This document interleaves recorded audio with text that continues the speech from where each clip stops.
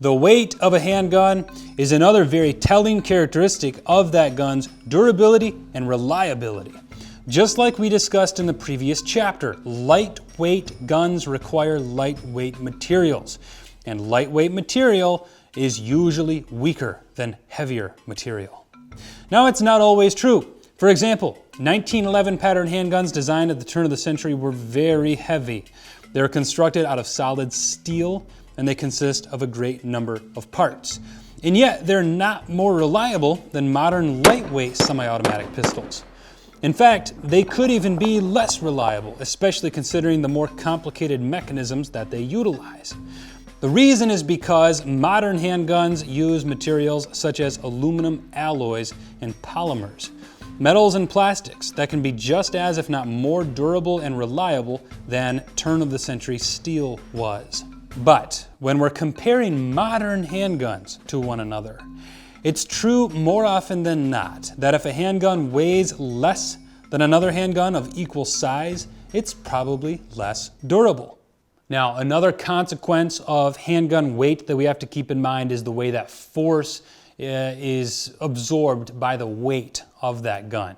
And so, when we're firing a 147 grain 9mm jacketed hollow point, if the barrel length is the same, it doesn't matter how heavy that gun is. It's the same force that's going to be generated from the detonation of that cartridge. However, the perceived force or the perceived recoil is going to be a lot different. So if we're firing that bullet in a very lightweight gun, it's going to be flipping all over the place. It's going to really feel like a lot of recoil because there's very little recoil absorption happening due to the weight of that gun. If we had a huge block of steel with a 9mm barrel sticking out of it, and we pulled a little string and made that cartridge detonate, there's going to be zero recorded recoil. That block of steel isn't going to budge at all. That recoil is being absorbed within the steel itself. And if you put your hand up to it on the other side, you're not going to feel anything. However, if you detonated that same cartridge in a tiny little plastic tube that was barely strong enough to contain the explosion on your hand, you're going to feel that a lot more.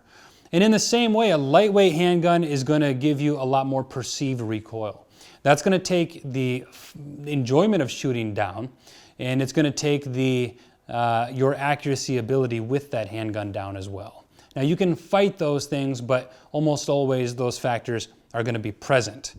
Now, the other thing that we have to keep in mind with lighter and heavier guns, and it's the same thing, it's just the way that force is absorbed throughout the weapon itself, is shaky hands. We all know, or at least you'll know if you've fired a multitude of handguns before, or you soon will find out, that the lighter weight a handgun is, the harder it is to hold that gun steady on target. But the heavier the gun is, the easier it's going to be to hold it steady on target.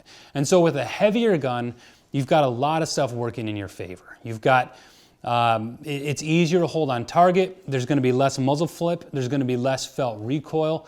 And so in general, because that gun's not moving around your hand as much, it's also going to be more fun to shoot. So there's a lot of perks there. But of course, the other side of the compromise is that the heavier a gun is, the more uncomfortable it's going to be to carry concealed. So here too, as in all the other areas, we find we have a very important series of compromises to make. My advice is always this: get the heaviest gun you can while still carrying that gun comfortably every day if you end up wanting to. Your hands and your accuracy and that weapon's durability and reliability will all thank you and pay off later.